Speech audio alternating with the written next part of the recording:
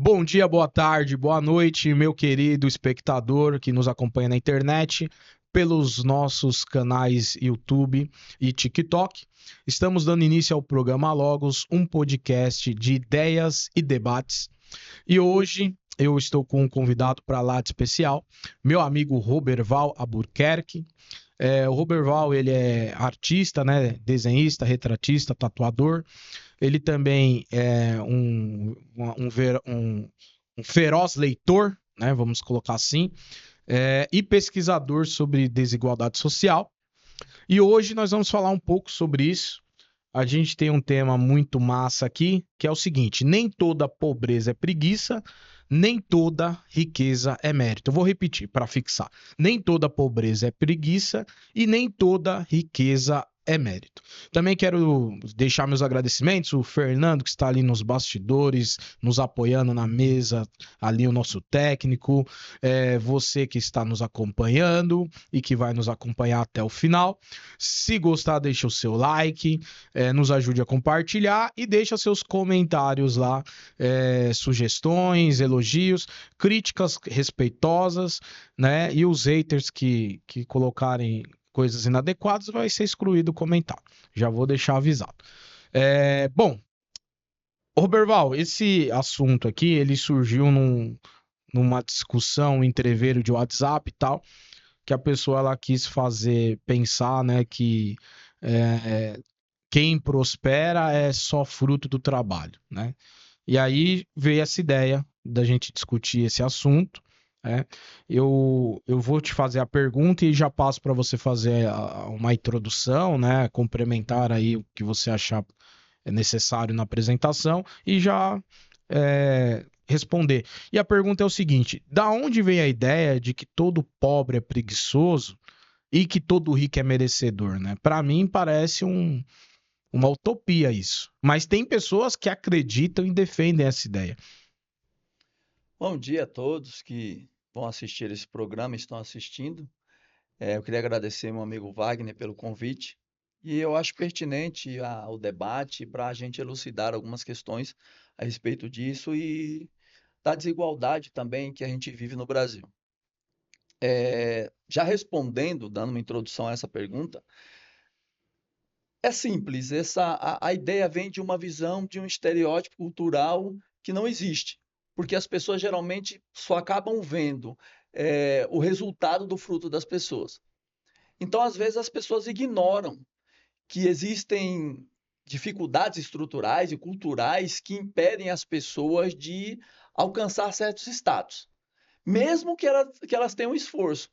Isso não quer dizer que o esforço delas é inválido, mas que elas não vão conseguir chegar a determinado patamar que uma pessoa que está numa condição mais privilegiada tem. Então, geralmente, quem está de fora olha para uma pessoa bem-sucedida, não sabe como ela chegou lá e quais foram os meios, né, que ajudaram ela a chegar lá. Então, o que acontece? Uma pessoa que mora na periferia tem uma condição de vida. E para ela chegar em determinado status social, vamos dizer assim, determinada classe, ela precisa de um conjunto de coisas. Não é só o esforço dela, ela sair de casa e dizer assim, olha, eu vou trabalhar muito, vou conquistar, vou estudar, vou fazer aquilo, aquilo outro, porque ela vai encontrar nesse caminho algumas barreiras que vão limitar ela. Limitações que às vezes não são encontradas por pessoas que já nascem abastadas. O filho do rico, o filho daquele que tem terras, o filho daquele que está bem localizado socialmente. Então, essas pessoas já nascem com uma certa vantagem e a gente vai falar um pouco sobre essas vantagens aí. Muito bem. Eu já queria passar um dado estatístico. A fonte é o IBGE, certo?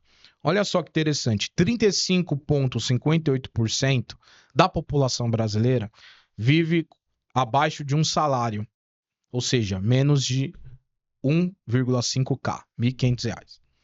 E 34,85 vive entre 1 e 2 salários, que é 3K, né? 3 mil. Ou seja, colocando de forma simples, 70% dos brasileiros vivem com até 2 salários. 70%, Roberval. E aí, olha o que acontece. Só 0,1% que ganha acima de 60 salários. 0,2 de 40 a 60, 0,6 de 20 a 40 e 1,97% entre 10 a 20 salários. É o famoso 1%, certo? Agora, o que a gente quer discutir aqui é, esse cara que ganha R$ 1.500, ele vai chegar a ganhar acima de 60 salários? Isso realmente é possível? Porque tem gente que comprou a fábula de que trabalhando o cara vai sair de 1.500 para ganhar 60 mil, por exemplo, ou 60 salários, né? 60 salários dá mais de 100 mil, na verdade. É possível? Aí eu penso o seguinte: é uma narrativa confortável falar isso. Não, a favela vai vencer. A gente vê a favela vencer como? Jogador de futebol, modelo, youtuber, funk, Alguns MCs aí, né? né? Funk. Agora, eu não tô dizendo que não é trabalho, tá? Senão alguém vai, um hater lá, você tá dizendo que isso aí não é trabalho? Mas não é disso que nós estamos discutindo. A gente tá falando do trabalho CLT, meu amigo. Pra você entender. O É, trabalho CLT. O CLT. trabalho CLT. Ou seja, que é a grande maioria aqui, que é o que tá nesse 70% aqui. Então, assim, o que que acontece? Alguns falam, se eu venci, foi só mérito. Se o outro não venceu, foi só falha. E é mais fácil acreditar nisso do que admitir que dois trabalhadores igualmente esforçados, igualmente trabalhadores, eles podem ter resultados diferentes se as oportunidades foram diferentes. É sobre isso. Né? Mas, o Berval, uma pergunta aqui para nós continuar o debate. Quais fatores estruturais, na sua opinião, influenciam mais a condição econômica do que simplesmente o esforço individual? Simples. Primeiro é acesso à educação.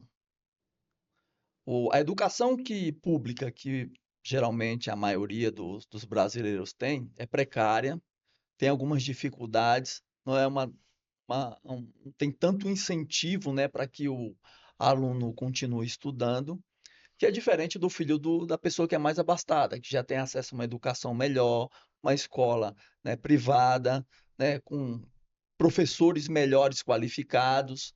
E o que acontece? A partir do momento que esse pobre, né, essa pessoa da periferia tem o acesso a uma educação precária, dificilmente a mente dele vai expandir para que ele venha alcançar status melhores dentro da sociedade. E aí o que acontece? Existem programas do governo para que as pessoas venham fazer uma faculdade, ter um nível de ensino melhor. E aí existe uma contracorrente, porque acaba acontecendo assim, algumas pessoas da direita, alguns políticos, né, acabam falando que o pobre não precisa estudar, fazer faculdade. Porque é muito mais fácil você manipular uma pessoa sem estudo. E é isso, geralmente, o que acontece na periferia. A pessoa, eu vou estudar aí, pegar o segundo grau aí, terminar esse estudo no ensino médio, pegar o diplominha aí, consigo qualquer emprego CLT aí, mais ou menos, e é disso aí que eu vou viver ganhando meu salário mínimo, um pouquinho a mais aí. Vamos lutar. E ele, com essa mentalidade, ele continua acreditando, é incutido na mente dele, que ele vai ganhar grandes salários um dia. Que alguma coisa vai acontecer, ou dar um estalo na vida dele e vai dar certo isso aí, e ele vai voar. Pode acontecer dentro dessa trajetória, alguma coisa espetacular que realmente alavanque ele? Pode, que nem você falou. Tem gente que é um MC, nasceu lá dentro da periferia, dentro da favela, e aí o cara tem um talento nato para fazer música, né? Um talento para interpretar, e aí ele explode. Só que isso aí não é a lei, isso aí é exceção. Não vai acontecer com todo mundo. Nem todo mundo que sabe fazer uma música legal vai estourar. Vai ter um impulsionamento para chegar nesse patamar. Nem todo mundo ali que estudou ali, que fez aquele cursinho, vai conseguir chegar lá. Existem algumas dinâmicas dentro da sociedade que vão acabar barrando ele. É isso que acontece. Então, primeira coisa, a educação. Se o pobre ele tem uma educação de qualidade, ele tem muito mais chances de conseguir ascender socialmente. Então, o que acontece? A partir do momento que ele tem acesso a uma escola precária, a um sistema de ensino precário, ele não tem incentivo, ele tem problemas dentro de casa, e aí, de repente, o aluno não vai para a escola, e aí a escola não vai atrás do aluno, não se preocupa com esse aluno aí, o que é que vai acontecer? A evasão escolar em São Paulo é grandiosa, no Brasil inteiro, né? Porque muitas vezes o que acontece? O aluno ele tem que deixar de estudar para ir trabalhar, ajudar a família a comer. Então, o que acontece? Ele não, ó, não fui para a escola hoje, professora, porque em casa não tem pão, então fui vender um geladinho lá na feira. Eu fui vender um alface lá que eu peguei lá na roça, lá na feira, para conseguir alimentar minha família. Então, a partir do momento que existem políticas públicas para ajudar essas pessoas a ter uma educação de qualidade, aí sim ela vai ter uma chance, um degrauzinho a mais para ela poder competir com pessoas que já nasceram dentro de uma sociedade aonde elas têm um ensino de qualidade. Muito bem. Aí eu tava vendo aqui, Roberval, olha que interessante, né? Acabamos de falar aqui, comentar, que 70% da população brasileira ganha até 3 salários mínimos, que dá R$ 4.500, certo? E aí tem gente que acha que, de uma forma mágica, esse cara vai se tornar um milionário, certo? Aí eu fiz um cálculo aqui do bruto. Quanto tempo esse cara vai ter ganhado 1 milhão? Dá 19 anos. 228 meses. Você pega 228 meses, 4.500. Lógico, vai ter atualização, mas atualização é uma merreca, né? Mas vamos pensar hoje. 228 meses, 4.500, aí você dá 1.026.000. Só que aqui é o bruto. 1.026.000, ele não consegue guardar. Aí vai comer o quê, né? Não consegue guardar. Então, na verdade, se você for fazer a conta mesmo, desses R$ 4.500, quanto que ele guardaria para conseguir chegar a 1 milhão? Eu não sei nem fazer essa conta, porque para mim, R$ 4.500, o cara nem consegue guardar nada.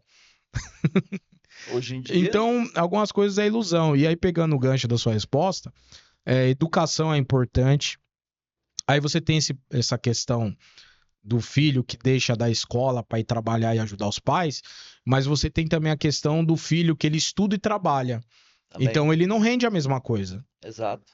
Que uma coisa é o garoto que ele estuda de manhã no objetivo, aí ele vai para casa, tem aquele almoço pedigree, aí depois ele vai para natação, aí depois ele vem para casa, ele consegue fazer mais uma hora de aula particular. Aí tem o dia que ele vai pro inglês. Isso se a escola não for bilíngue. Tem um dia que ele vai pro espanhol. Então você tá toda uma formação, né? Quando ele terminar o ensino médio, e o outro é o que trabalhou e estudou, né? Estudava à noite, trabalhava durante o dia, saía da firma, ia direto para a escola, chegava na escola, dormia em cima da mesa. Cara, é só olhar a realidade do mundo. Então tem a questão da educação, tem a questão da segurança. Quantos adolescentes e jovens foram mortos vítima de uma bala perdida? Isso acontece com frequência. Que poderia ter sido um milionário, né? Mas eles foram vítimas, né? Você tem a questão da saúde, entendeu? Às vezes a pessoa Exato. adoece, seja saúde física ou mental, e aí se você não tem acesso a um sistema de saúde digno, você não consegue tratar determinadas doenças. Entendeu? Então, educação, saúde, segurança, a estrutura familiar, cara, isso vai fazer a diferença de oportunidades.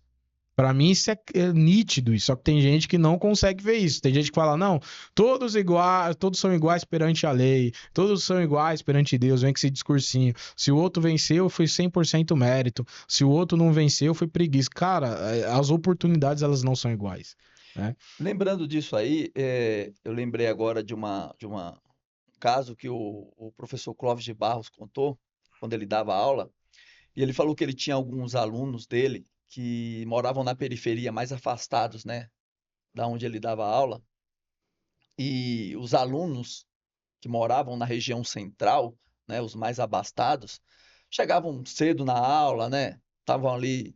E um dia eles reclamaram porque tinha alguns alunos, exatamente esses alunos que moravam na periferia, sempre chegavam atrasados, né, meia hora, 40 minutos a mais, né, e reclamaram com o professor. Chegaram, professor, essa galera que chega aí depois, atrasados, sempre chegam atrasados, né, e está prejudicando aqui na nossa atenção na aula e tal. E aí o professor disse que chamou esses garotos aí que estavam chegando atrasados, né?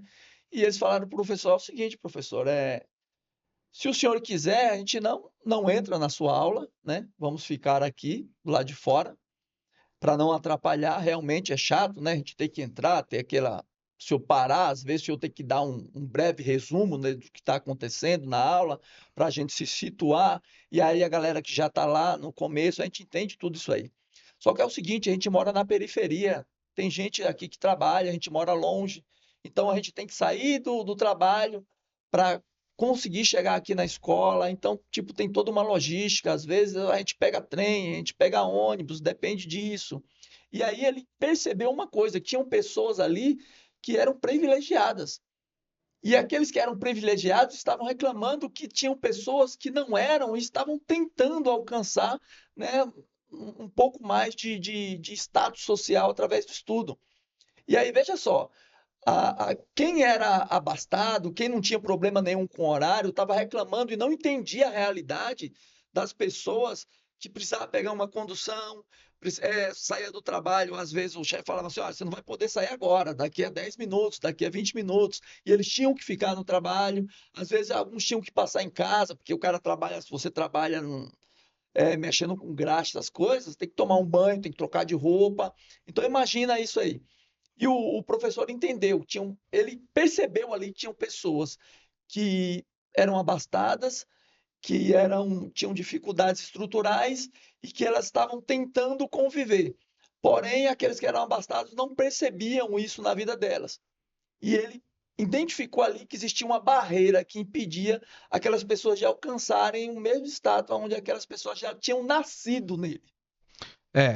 Então. E aí, onde que vai tentar nivelar isso? Com políticas públicas, né? Políticas públicas. Que muitos são contrário. E geralmente quem é contrário é o que precisa. Acontece muito. Eu não entendo isso. O cara, ele veio de uma periferia e ele é contrário ao investimento de políticas públicas na periferia. Mas, Oberval, olha só, eu peguei aqui no Diese, para quem não sabe, é o Departamento Intersindical de Estatística e Estudos Socioeconômicos, Diese, depois você procura na internet. Eles fazem uma estatística, uma pesquisa nacional da cesta básica de alimentos. E aí eles falam qual seria o valor do salário mínimo para o brasileiro. E eles vão atualizando isso anualmente.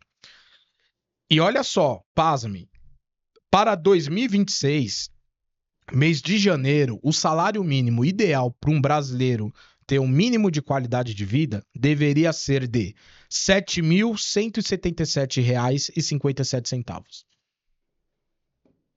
Isso seria o salário mínimo do brasileiro. E a gente acabou de ver que o brasileiro, 70%, ganha até 2 salários mínimos, que é 4.500. Fora da realidade. Fora da realidade, porque senão, meu amigo, o que que acontece? Você não vive, você sobrevive. Você só paga boleto. E vai que vai, né? Que aí é conta aqui, se você estiver em São Paulo, é conta da Enel, é conta da Sabesp, é conta da Comgás, né? Aí é aluguel, aí é mercado, aí é açougue, é padaria, é feira, é galão de água. Quando você vai ver... E se não tiver algum problema, né? Ficar Não, doente, então, pronto. aí, se o cara tem uma plataforma de streaming, se é assinante de uma plataforma de streaming, aí tem ainda quem critica. Pô, o cara não pode nem assistir um filme, pô. O cara não tem direito de assistir uma série. O cara já não tem dinheiro pra sair. Irmão, você vai no teatro, é caro. Cara, O cara vai no cinema, vamos supor que é ele, a mulher e o filho.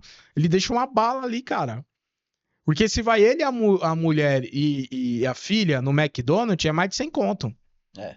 Fácil. Então, um rolê que o cara sai no sábado é 300 pau. Aí o que o cara vai fazer? Não vai. Nem vou sair, que se eu pôr o pé pra fora da porta, já era. Tá pagando. Já tô pagando. Aí, pelo menos, o cara tem que ter uma plataforma ali pra assistir um filme, uma série, senão o cara vai pirar, velho. O cara só vai trabalhar e pagar boleto. E aí alguém critica, aí vem um playboy, aí por que eu fico maluco com isso? Vem o coach playboy. Não, que você tem que economizar e investir. Economizar do quê, meu parceiro? Dá vontade de falar. Economizar do quê? Né? O cara não tem da onde economizar. E é isso que é o debate aqui, entendeu? Porque o coach, ele vive numa bolha que não... Parece que o cara não vive na sociedade brasileira, meu. Mas continuando aqui. Alguns teólogos, alguns que leem a Bíblia, associam pobreza com preguiça ou falta de esforço, né? Eu acho equivocada essa interpretação. Mas como você pode responder a isso, Roberval? Tem um engano aí bastante rotineiro. Tem uma galera aí que se diz cristã, que agora deu uma invertida, né? Agora você ser pobre, a pessoa que é pobre, ela tá endemoniada, é, é vagabunda, preguiçosa, e eles ignoram alguns problemas estruturais. Só que a Bíblia, em momento algum, a Bíblia diz que a pobreza está vinculada à falta de caráter ou esforço. Inclusive, no Antigo Testamento, vamos puxar um pouco aí, né? Algumas histórias, alguns conceitos bíblicos. No Antigo Testamento existiam políticas públicas para cuidar do pobre. Você vai ver, por exemplo, lá na lei de Moisés, o que acontecia. Israel era uma nação basicamente que vivia da agricultura e pecuária, né? Era o que eram as antigas nações antigamente, né? Antes da era industrial. E aí o que acontece? Se você tinha a sua fazenda lá e você plantava lá, eu tenho uma fazenda aqui de maçã, tenho uma fazenda de trigo, tenho uma fazenda de arroz. A beirada do caminho, vamos dizer assim, tinha uma estrada e na beirada da estrada, tudo que tivesse plantado na beirada da estrada, você não podia colher. Era proibido colher. Porque isso aí era por lei para o estrangeiro e para o pobre. Então, o que acontecia? Já existiam políticas públicas para cuidar de gente pobre no Antigo Testamento. Eu não sei, não fui procurar ver isso aí, se existiam outras nações que tinham esse tipo de política pública. Mas Israel, no antigo Israel, lá nos primórdios da nação, já existia esse tipo de política. Olha, você que é fazendeiro, à beirada do caminho aí, não colha, tá? Se fosse hoje, não. O que é que o empresário ia falar? Meu, eu vou perder aqui uma. Imagine quantos hectares aqui de colheita eu vou perder para deixar para esses vagabundos aí que estão passando na beira do caminho, para pobre, essa galera que não quer trabalhar. Você não pode dar o peixe, você tem que ensinar a pescar. E não tem peixe no rio, né? Não tem peixe no rio para todo mundo, cara. Você vai mandar o cara com uma vara pro rio pescar o quê? Entendeu? Pegar lata, o cara vai pescar, jogar lá e vai pegar uma lata furada, um sapato, entendeu? E aí não existe como a pessoa ter uma subsistência digna. Então, o que acontecia? Já no Antigo Testamento, já existia uma preocupação com o pobre. Quando a gente vem para o Novo Testamento, isso fica mais evidente. Jesus se aproximava de todo mundo que era pobre. Jesus cuidava de todo mundo que era pobre. Se fosse uns coach de hoje, né, quando Jesus estava pregando lá para aqueles 5 mil pessoas ali para É. mais, né? E aí os Mas discípulos. os coaches é aqueles que falaram, vai embora, Não, não tenho que. não. O que é que Aí Cristo falou, não, dai a ele voz de comer. de comer? Porque os caras falaram assim, os discípulos, Jesus, a galera já está com fome, o senhor já está falando, já tem um tempo aí, manda essa galera embora, né? Não, dá de comer. Em questão empresarial, cara, imagina você ser um pregador andarilho e você dá de comer para mais de 5 mil pessoas. Aí a galera que cuidava das finanças de Jesus, né? Judas era um, né? Safado. Né? Metia a mão na Aí bolsa. falou assim: não, como é que a gente vai alimentar esse povo todo? Tem como alimentar esse povo todo? E Jesus falou: não, vocês vão dar de comer para eles. E a gente já, para quem já leu os evangelhos, sabe o que foi que aconteceu. É. Então Jesus tem todo um cuidado com o pobre. E ao contrário do que muita gente pensa, ele bate na galera que é rica. Teve um dia que chega dois caras para ele e fala assim: Jesus, ó, meu irmão, a gente recebeu uma herança e a gente tá brigando aqui para ver quem vai receber, de quem que é e tal. E Jesus toma neles dois. Então, Jesus tem uma preocupação com o pobre, porque essas pessoas são as pessoas que precisam e Deus tem uma preocupação especial com aquele que é pobre. Quando a gente vai dando prosseguimento para Atos dos Apóstolos, teve um ministério que foi criado por causa do pobre. O diaconato foi criado por causa do pobre. Porque os discípulos, a igreja cresceu, tinha muita gente pobre se juntando à igreja, e aí o discípulo falou: "Ó, a gente está cuidando das mesas aqui, a gente precisa pregar a palavra. Vamos separar uma galera aqui para cuidar das mesas, que era para cuidar exatamente dessa parte social da igreja, dessa galera que precisava, né, se alimentar, dessa gente pobre que estava se juntando à fé. Então, o que acontecia? A igreja já tinha cuidado com isso. Só que aí hoje tem um cara que eu vi aí na internet esses dias aí, e aí ele faz umas intervenções assim, né, em alguns estabelecimentos comerciais, e esses dias ele estava chamando a pobre de vagabundo, né? Que Paulo diz que se você não trabalha, você também não coma, né? O cara pega alguns falas fora de contextos, né, para gerar um pretexto, para defender aquilo que ele acredita, que é uma distorção do capitalismo. O cara tem uma distorção do capitalismo e tenta unir isso à Bíblia. E aí cria uma quimera, né? Sempre quando eu falo quimera, o cara cria um monstro, junta uma parte de um bicho de uma ideia com outra, cria um monstro, joga para a sociedade. E tem gente que abraça isso, cara. Tem gente que olha para esses conceitos e fala assim: não, tá certo, o cara tá certo. Se na Bíblia tá falando que quem não quer trabalhar não coma, então tá certo. O governo tem que fazer bom prato, não, comida R$ 1 pro pobre. Por quê? Por que tem que dar Bolsa Família? Por que tem que dar cesta básica, vale gás? Não, vamos acabar com esse negócio aí, tem que trabalhar, arruma trabalhar para esse povo. Então a Bíblia, do meu ponto de vista, biblicamente, a Bíblia tem um cuidado especial com o pobre. E ela, em momento algum, atrela, é claro, né? Às vezes tem se a gente for lá para, por exemplo, para Provérbios, a gente vai ver que se você é um cara vagabundo, você vai ser um cara pobre. Você não quer trabalhar. Mas e o cara que não tem uma estrutura de emprego, onde ele mora? Aqui em São Paulo ainda é fácil.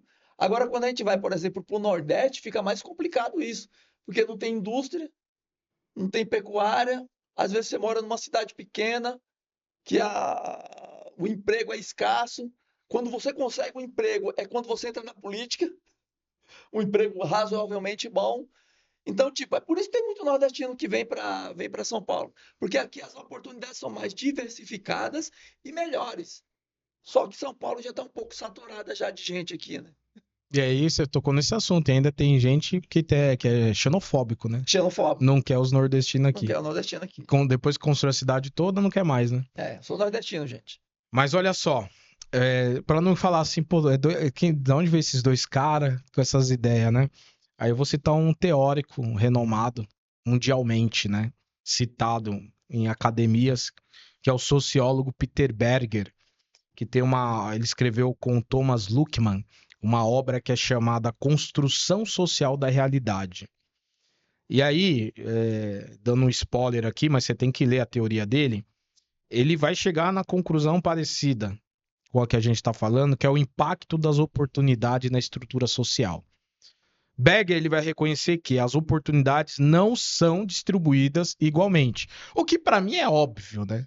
Só que precisa um cara renomado escrever para alguém parar dar atenção, né? A posição social vai influenciar as expectativas e o meio molda o horizonte de possibilidades.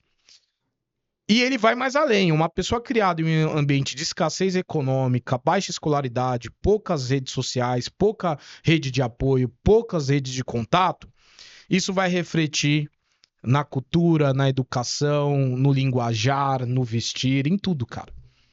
Então a tendência é que o pobre vai continuar pobre e o rico continuar rico, porque eles não estão no mesmo ambiente. Vou falar uma coisa pra você, eu sou trabalhador autônomo. Os meus clientes vão vir da onde? Da onde eu frequento. Quando você vai ler a teoria de Berger, ela é tão profunda que até o impacto do casamento vai entrar aí. Que a gente costuma falar assim, eu escolhi a mulher que eu casei. A mulher fala assim, eu escolhi o noivo que eu casei. Você não escolheu nada. Porque para você falar de escolha, você teria que ter todas as opções. Já parou pra pensar nisso? É verdade. Ô, Berval, você não escolheu a sua mulher, eu também não escolhi a minha. Pra eu falar que eu escolhi, eu tinha que conhecer todas as mulheres, ter todas as opções na mesa. Eu tenho todas as opções. Então a nossa escolha foi uma escolha, mas uma escolha limitada às oportunidades de escolhas que a gente tinha. Entendeu? Olha como é muito maluco isso. Por que isso tem a ver com o que a gente tá falando? Que geralmente a probabilidade de um pobre casar com um rico é bem menor. Se for mulher, a gente ainda sabe que se a mulher. Que aí é o DNA, né? O DNA não escolhe nem rico nem pobre, né? Se a mulher é bonita e pobre, mas é bonita, pode ser que um rico lá da elite, por conta dessa herança genética dela ser bonita e tal, fala: não, eu quero essa minha princesa e depois a gente trabalha a parte social. Ou ao contrário, vai ser bem mais difícil. Muito. Ou seja, geralmente a gente casa com quem é do nosso meio. Geralmente os seus clientes é de quem é do seu meio. O cara é advogado, só que ele é da periferia. Ele vai fechar contrato com o diretor do Bradesco? Aonde que ele vai encontrar o diretor do Bradesco? Ele vai jogar golfe com o cara aonde? Isso é social. Então a gente tem que ter essa noção que, infelizmente, da onde a gente vem vai influenciar materialmente, socialmente a nossa vida. Mas vamos lá, existe riqueza construída sobre privilégios invisíveis? É aí que tá. Primeiro a gente tem que entender o que é o privilégio invisível, né? Então o que acontece? Cor da pele, o lugar onde você nasce, o círculo que você frequenta, são todos privilégios invisíveis. Eu costumo contar isso aí, teve até uma galera que me xingou esses tempos aí no Facebook, porque postaram assim um vídeo, né, onde um cidadão sofria racismo, né, era um corte de um filme, um cidadão sofria racismo, né, e eu falei assim, entrei nos comentários e falei assim, meu, é uma coisa que acontece com frequência comigo toda vez que eu entro em alguma loja de departamento, tipo loja de roupa, loja de sapato, é frequente acontecer isso, tá? É as pessoas me confundirem com o vendedor, mesmo que eu não esteja uniformizado com a roupa da loja. Que às vezes os vendedores estão todos uniformizados lá, com uma roupa com o logo da loja e tal, e eu entro, às vezes eu tô parado assim, chega alguém e fala, moço, você pode pegar sapato aqui para mim? Já aconteceu várias vezes comigo. E as pessoas não entendem isso. E aí pô, a galera me criticou, ah, não, porque você tem cara de pobre, né? E realmente existe esse negócio de cara de pobre, é aquela questão do estereótipo. Você olha para a pessoa e você fala, não, esse cara é pobre, né? É que nem olhar para certas pessoas e falar assim, ah, essa pessoa tem cara de rico, né? E geralmente quem tem a cara de rico é quem é branco. É o que acontece.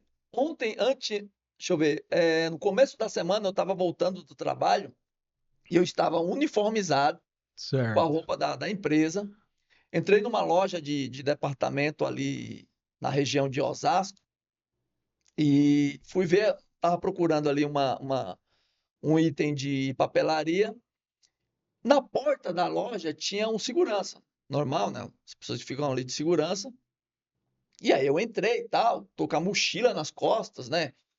Uniformizado com a roupa da firma, e tô lá e fui num corredor, fui no outro, olhei, procurei. E na hora que eu voltei, perto da porta tinha uma tela, né? Com várias câmeras, né, de segurança. Certo. E o cara estava sentado lá, olhando a câmera exatamente no corredor onde eu estava. Eita, Roberto, olha. Ele não viu na hora que eu voltei, entendeu? Na hora que eu voltei, acho que ele pensou que eu ia sair. E eu não saí, eu fui por trás dele, né? Porque tinha outros itens de papelaria do outro lado, e eu fui ver se tinha o item que eu estava procurando lá. E aí eu dei uma olhada de relance, e ele estava olhando exatamente a câmera do corredor onde eu estava. Pode ser coincidência? Pode, claro, não vou Ah, falar que não pode ser coincidência. Mas, cara, pode também não ser, né? coincidência bem pontual, né? Exato, tinha várias pessoas dentro da loja, né? Mas exatamente no corredor onde eu estava. E eu estava uniformizado. Vamos dizer assim, não estava com aparência de bandido, né? Mas se existe aparência de bandido. Então, o que acontece? Cor da pele, lugar onde você nasce, o círculo social que você tem, tudo isso são privilégios invisíveis que as pessoas não percebem que ajudam outras pessoas. Então, o que acontece? Se você mora mais perto do centro, você tem um privilégio invisível. Se você tem acesso mais fácil ao centro, ao seu local de trabalho, você tem um privilégio invisível. É, Se você leva 2 horas de condução para chegar no seu trabalho, e outra pessoa, por exemplo, no lugar que eu trabalho, eu levo cerca de 2 horas para chegar. Tem gente que trabalha comigo que leva 15 minutos a pé. A pessoa mora praticamente do lado do trabalho. Isso é um privilégio. E você vai ver que a condição social da pessoa é outra. Que as É. oportunidades que a pessoa tem são outras. Esse tempo que a pessoa tem de 15 minutos é um tempo ínfimo, né, comparado ao meu, porque esse tempo, as 2 horas que eu perco, né, para chegar no trabalho, essa pessoa que leva 15 minutos, ela está investindo em outra coisa. Ela pode estar lendo um livro, fazendo uma apostila, fazendo um curso. Ou seja, você nota que existem alguns privilégios não notáveis, invisíveis dentro da sociedade que impulsionam as pessoas para frente? Então não tem como você defender a meritocracia, cara. É, Porque eu tô tendo um esforço do caramba para chegar no meu ambiente de trabalho em 2 horas, né? E às vezes não consigo chegar, porque eu dependo de outros fatores. A pessoa levantou em 15 minutos está no trabalho, sim. em 20 minutos está no trabalho, em 10 minutos está no trabalho. Então você, se acontece com você, você é um privilegiado, né? A sociedade te ajudou, te empurrou, né? Para que você alcançasse melhores estados. Geralmente, se você tem um tempo melhor, isso aqui já derrubando o que muitos coaches falam, né? Todo mundo tem as mesmas Não tem. 24 horas. Não A gente tem. não tem as mesmas 24 horas. Não tem. Não tem. Roberval, dentro disso eu colocaria, por exemplo, ano passado saiu na revista Forbes os novos bilionários. Né? Nenhum é da Zona Leste, nenhum é aqui do JB, Então, né? entendeu? Isso é herança. Herança é uma forma de privilégio invisível. A pessoa prosperou por herança. Outra forma aqui, QI. Tem empresa que o cara recebe um currículo de uma pessoa mais qualificada, mas ele tem indicação de um camarada dele, de um cara que é desqualificado. Mas é a QI. Ele vai contratar o cara desqualificado e o outro ele vai rasgar o currículo. É outra coisa, sobrenome fluente, né? Lá no Maranhão, lá, não tem É tudo, né? ACM Neto, já tá no Neto, depois vai criar o ACM Bisneto, sei lá, não sei. Enfim, às vezes duas pessoas têm o mesmo talento, mas uma já começa com porta aberta, né? Felizmente. Mas, ô Berval, como equilibrar também essa discussão, equilibrar a responsabilidade individual e a responsabilidade coletiva quando falamos de riqueza e escassez? Eu acho que não romantizar tanto uma coisa quanto outra já é importante, já é um ponto de partida para a pessoa hoje em dia viver bem, ou tentar viver bem, né? Primeiro que individualmente você ter disciplina, ainda que a gente viva numa sociedade que tenta roubar a nossa atenção de toda forma, né? Mas você ter disciplina, o trabalho e boas escolhas dentro das possibilidades que você tem, que nos são apresentadas, né? Por isso eu bato tanto nessa tecla que a gente precisa, o pobre ele precisa muito de políticas públicas que aumentem o leque de oportunidades e possibilidades de escolha para que ele venha a ter boas escolhas aonde ele vive. Então, o que acontece? É, voltando a essa questão aí eu sempre gosto de falar disso nordestino, por que que o Sudeste é tão rico e o Nordeste é, tem tanta carência, tanta escassez? Por que que o nordestino ele tem que sair da sua terra? Porque eu, como nordestino, eu não queria sair da minha terra. Eu saí da minha terra porque não existiam oportunidades melhores lá. Então, quando a minha mãe veio para cá no início da década de 90, né, e eu vim logo após, ali no finalzinho da década de 90, ela veio em busca de oportunidades melhores e eu vim nesse ensejo também em busca de oportunidades melhores, porque onde eu morava era uma cidade pequena, não tinha essas oportunidades, né? Então o que acontece? Aí você para e pensa, pô, por que tanta gente vem para cá, né? E aí você pega uma São Paulo saturada, com custo de vida elevado, né? Aonde existe, como tem uma demanda muito grande, você encontra uma mão de obra barata. Por que que não existe investimentos públicos lá para cima, lá para a galera do Nordeste? Pernambuco, Bahia, Sergipe, Alagoas, Maranhão. Por que que Ceará? Por que que não existe tanta preocupação? Na verdade, existe. Só que aí o que acontece? Existem incentivos fiscais, hoje do governo federal, para que empresas venham abrir filiais lá no Nordeste. Para a galera não precisar sair de lá, para ter emprego lá, para industrializar o Nordeste. Tinha que investir, né? Ó, Daria, para né? você ter uma ideia, o Brasil é um grande exportador de commodities. Então, ou seja, o que acontece? A gente é o celeiro do mundo, praticamente. O Brasil exporta soja, milho, carne, in natura. Então, tudo que é da área agrícola, a gente tá disparado aí. A gente exporta principalmente China, Europa, Estados Unidos. Aí eu te faço uma pergunta. Quem que está mais perto da Europa e dos Estados Unidos? O Nordeste ou o Sudeste? Nordeste. Nordeste. Por que que os portos lá do Nordeste não têm uma demanda gigante de exportação? Porque tudo é concentrado aqui, no Sudeste. Teria que criar estrutura lá, né? Existem estruturas lá, existem incentivos fiscais para que os portos do Nordeste sejam melhores capacitados para comportar isso. Mas por que isso aí já podia. É questão geográfica. Sim. O Nordeste está mais perto da América do Norte e da Europa. Você sabe que eu tenho, Berval, desculpa te cortar, eu tenho uma tese que o Brasil, você tem as fases do Brasil, né? Brasil colônia, né? E detalhe, os colonizadores de exploração, né? Ponto. Que alguém vem aqui meter um somebody love que, não, eles negociavam com os índios, eles davam um espelho para os índios e os índios em troca davam os recursos naturais. Isso é somebody love. Era a colonização de exploração. Aí você teve o Brasil Império. No Brasil Império, teve um começo de esperança. Perdão, Brasil Colônia, Brasil Regência, certo? E aí Brasil Império. No Brasil Império, lá com o Dom Pedro II, ele era um cara social. Ele já colocou na mesa o debate da abolição. E aí você tem figuras como o Barão de Mauá, que queria desenvolver ferrovias no Brasil. Porque, cara, não era pra gente transportar alimento com o caminhoneiro em rodovia. Nada contra caminhoneiro. Era pra ter rodovia, cara. Era pra vir de trem a parada. Só que os caras deram um break no Barão de Mauá já lá atrás. Aí eu começo a analisar o Brasil, que a coisa desanda no golpe da República. É um golpe.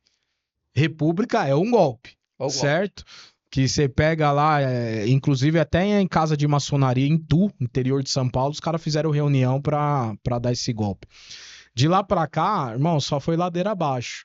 Que aí foi quando os caras deram a pisa no Dom Pedro II e ele vaza, né?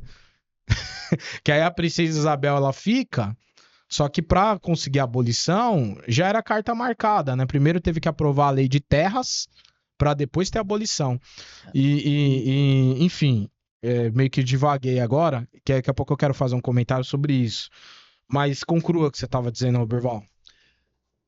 Então, você estava falando da infraestrutura que não tem nos portos e tal, e aí eu acabei te atravessando na ideia para dizer que isso aí é porque já vem de lá de trás. Não se tinha o interesse de investir. Exatamente. Aí o que acontece? Imagina só o que ia acontecer com São Paulo. Se é redistribuído toda essa riqueza que existe em São Paulo, se fosse redistribuído para o Brasil inteiro. Os postos lá do Nordeste viessem a ser melhor trabalhado isso e a gente viesse fazer exportação através do Nordeste. E as empresas fossem para lá, ou seja, ia ter emprego bastante lá, o nordestino não ia vir para cá, para São Paulo não, cara. Sim, sim. Tá entendendo? Sim. O custo de vida em São Paulo ia baixar, só que aí a galera que gosta da concentração de riqueza não quer isso. Não quer. Não, e outra, até a transposição do Rio São Francisco lá, né, que uma dor de cabeça que foi, e na verdade você pega Israel, comparando, né, pô, Israel os caras têm agricultura no deserto, pô. Os caras conseguem desviar tem tecnologia, água. Né?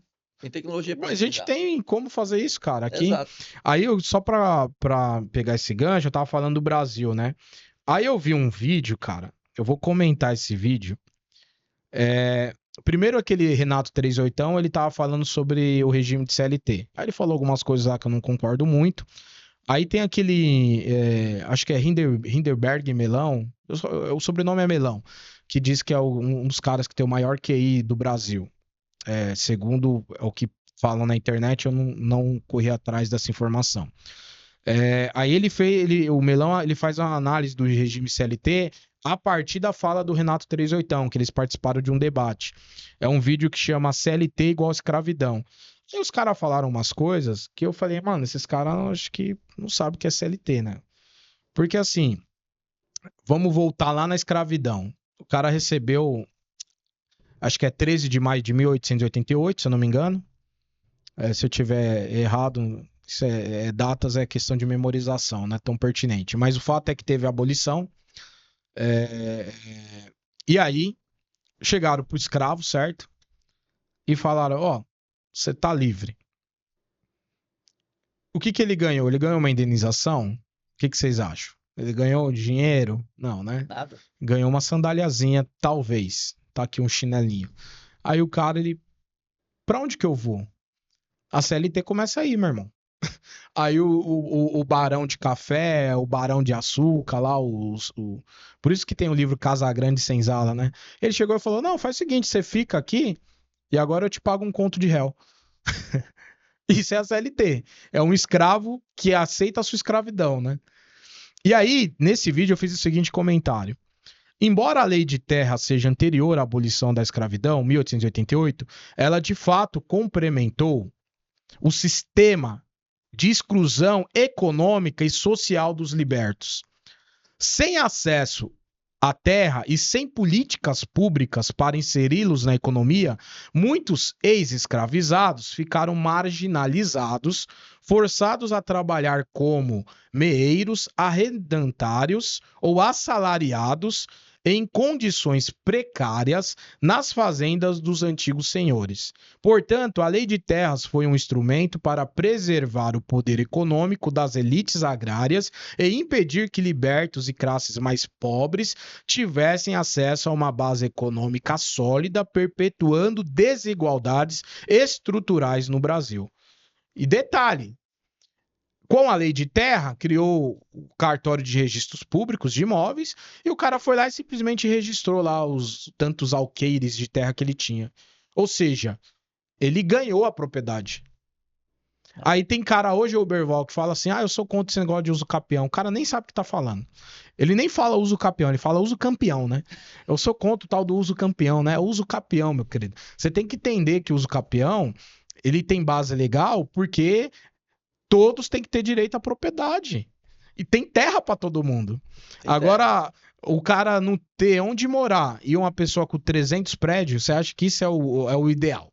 Aí alguém vai falar: não, mas é meritocracia. Aonde? Se a coisa já começou errada lá atrás. É isso que as pessoas entendem. A coisa começou errada lá atrás. Exato. Mas prosseguindo, ainda sobre esse discurso de meritocracia, né? Como esse discurso de meritocracia pode se tornar uma forma de insensibilidade? Quando ignora desigualdades estruturais. Então, o que acontece? A meritocracia é um engano criado para dar ao pobre a ilusão de que ele pode chegar onde o rico está. Boa. Uma ilusão simples. Bom resumo aí. Então, o que acontece? A meritocracia faria sentido se todo mundo partisse do mesmo princípio. Do mesma oportunidade, Da mesma mesma oportunidade. base. Só que não é assim que funciona. É só você olhar para a vida. Isso não precisa você fazer um estudo, né? Precisa você fazer É só você chegar no seu bairro, você ir no seu bairro, você ir no bairro de Granfino, você ir no bairro de Rico, você vai ver que as oportunidades da onde você mora, para a gente que é periférico, e as oportunidades aonde um Alphaville, por exemplo, são outras totalmente diferentes. Então, o que acontece? Eu não posso acreditar num engodo, né, para me dar a ilusão que eu vou conseguir chegar naquele patamar, sendo que não existem critérios reais para que eu chegue lá. Aí a gente vê algumas pessoas que nem, por exemplo, Ronaldinho Gaúcho nasceu com talento de jogar bola, hoje o cara é milionário e tal, cara, mas todo mundo é milionário de futebol? Ou ainda, todo mundo é talentoso a esse extremo? Cara, O eu cara é sou. uma genialidade única. Exatamente, eu sou um perna de pau, cara. Por isso que eu não jogo futebol. Às vezes, quando eu me arrisco lá, é só pra fazer raiva pros caras, porque, entendeu? Talento zero pra futebol. Assim como tantas outras áreas. Então não é pra todo mundo, nem todo mundo vai chegar lá. E o pessoal até brinca, né? Que o pobre pra ficar rico é três situações, né? Um tio rico que você não conhecia, que não tinha herdeiro e deixou herança. É, no mínimo. Ou ganhar na Mega Sena, ou casar com rico. E É, aí é mais pra mulherada, né? Que é os mais pra homens é mulherada. mais difícil ainda isso daí. Às vezes o cara dá uma sorte de casar com uma idosa já. Né? É, Tem uma história assim, né? tem, Mas o que mas é acontece? A meritocracia funciona mais ou menos assim. A gente espera. Ela diz que é assim, que é uma linha de corrida reta linear, né? Linear, nivelada. Tá todo mundo nivelado. no mesmo, a partir do mesmo ponto, só que na verdade ela é assim. O rico começa aqui, você começa aqui. Só que o rico tá descendo, você tá subindo. Fora que você tem obstáculos também, né? É uma corrida com obstáculos, cara. Porque, tipo, olha só. Vamos lá, vamos pensar pela meritocracia. Tem o Zezinho lá, Zona Leste, né? Acorda às 5 horas da manhã Tadinho do Zé. para chegar no Brás, 7 horas, né? E tem o Enzo Alphaville, né? Acorda 9 da manhã para ir para natação. Toma o seu café regrado, né? Ali pela nutricionista. O Zezinho passa ali, pega um pão, aquele churrasco greso já cheio de poeira já lá na rua, É né? bem Com isso. aquele É suco bem... tangue mancha pulmão. E aí ele vai chegar lá no trabalho dele, cara, vai trabalhar até as 5 da tarde, se não trabalhar mais, né? Segunda a sexta, às vezes de segunda a sábado. Vai fazer uma hora extrazinha para conseguir um dinheirinho a mais, né? Porque lá na casa dele, a esposa falou assim, amor, a fralda do neném tá acabando. O leite, né? Você já viu o preço do NAN? Tá 90 pau, Né? né? O Por preço do aí. NAN, olha, tem que dar um jeito, cara. Não, o Enzo lá, meu, ele vai sair lá da casa dele com o seu Porsche, né? E aí ele vai para a escola, período integral, e aí lá na escola ele vai ter tudo. Ótimos professores, né? Vai ter ótima alimentação. O cara vai poder se focar só naquilo, só em estudar. Às vezes é um idiota, né? Às vezes é né? Porque não é porque você nasceu filho de rico que você é inteligente, né? É. Às vezes nasceu um idiota ali na família, mas você tem bons estudos, você está bem colocado dentro da sociedade, você tem nome, que é o mais importante. Você tem E nome. nome abre portas, Pô, a né? partir de você ter, você pode ser um jumento total, mas a partir do momento que você tem nome, você vai conseguir ter portas abertas. Já o Zezinho não, o Zezinho vai ter todo aquele problema, ele vai trabalhar e às vezes ele vai sair do trabalho, ele vai estudar e ele vai ter um problema todo de logística. Eu te pergunto, eles têm as mesmas oportunidades? Eles estão inseridos no mesmo contexto? Têm as mesmas 24 horas? O mérito é igual? Eu diria que o mérito do Zezinho é até mais, porque o outro já nasceu com tudo pronto, É. já está inserido com tudo pronto. O Zezinho não, ele está lutando para conquistar. Só que o problema do Zezinho muitas vezes é que ele acha que ele vai ser um Enzo um dia. E ele não vai ser um Enzo um dia. É. Roberval, eu vou comentar também essa pergunta, né? O discurso da meritocracia pode se tornar uma forma de sensibilidade? É, eu já vi comentários pesados e eu queria dizer o seguinte: quando alguém, por exemplo, diz que uma mãe solo, uma mãe solteira, que trabalha o dia inteiro para sustentar esse filho e não consegue sair do perrengue, e alguém vira para essa mãe e fala assim: "Não, é só você se esforçar mais". Isso não é motivação, né? Isso é falta de empatia, né? É, o que acontece? Existem pessoas altamente, por exemplo, capacitadas que estão desempregadas hoje. E por quê? Falta um QI. Falta só alguém para indicar. Existem incompetentes, babacas, que estão em bons empregos porque foram indicados. Existem empreendedores honestos que nessa pandemia da Covid quebraram. Pagador de impostos honesto quebrou. E não foi falta de capacidade. Foi a situação econômica do país. Foi a crise econômica e crise na área da saúde do país. Casos, né, como esse, a gente tem que ser cuidadoso. Então aqui a gente não tá fazendo a caça à bruxa ao rico. Ninguém tá levantando a bandeira contra o rico. Mas não é pecado nem errado ser pobre. Pobre é a questão de oportunidade, muitas vezes, né? E é sobre isso. E aí, uma última pergunta, Oberval, a gente está caminhando para a reta final.